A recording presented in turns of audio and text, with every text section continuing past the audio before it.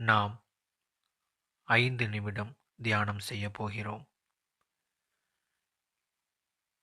தியானத்திற்கு முன்னதாக நீங்கள் இருக்கும் அறை தனிமையானதாகவும் யாரும் தொந்தரவு செய்யாததுமாக இருக்கக்கூடியதாக தேர்ந்தெடுத்து கொள்ளுங்கள். ஒரு விரிப்பின் மீது அமர்ந்து கொள்ளுங்கள்.